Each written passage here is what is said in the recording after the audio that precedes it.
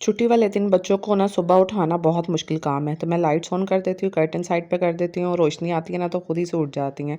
मैंने बेड बनाया, इतनी अच्छी बाहर बारिश स्टार्ट हो गई ना, एकदम से जल-थल हो गया। इतनी ज़्यादा बारिश हुई ना, दिल किया चलो आज पराठे बनाते हैं, वैसे तो रोज़ ही बनाते हैं लेकिन पराठों के साथ आज चाय भी बना ली। साथ में रात का जो है ना वो कढ़ाई का सालन था, ऑमलेट बना लिया और सालन को मैंने गरम कर लिया। बैठ के मज़े से नाश्ता किया और मौसम इतनी जल्दी एकदम से चेंज हो गया ना, जितनी जल्दी आजकल लोग चेंज होते हैं। तो मैंने हेल्पर से जो है ना वो सारी बाहर से क्लीनिंग करवा ली और बच्चों ने नहा लिया था क्योंकि ये बारिश में नहाए। हाथ मैंने जी इनके बाल भी बना दिए। मैंने कहा इतने मोटे हैं बाद में गले में डालकर फिरती रहेंगी। और आज इनका जो है ना फारिग रहने का लास्ट डे था। सुबह इंशाल्लाह से इनके स्कूल स्टार्ट हो जाएंगे।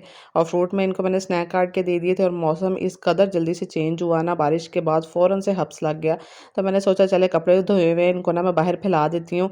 और मौसम इतना साफ़ हो गया था ना, लेकिन फ़ौरन से हब्स लग जाता है बारिश के बाद। तो रात में मैंने और मेरी बेटी ने मिल के यखनी पुलाव बनाया और फिर इसको सैलेड के साथ सजा के ना हमने बड़े आराम सुकून से खाया।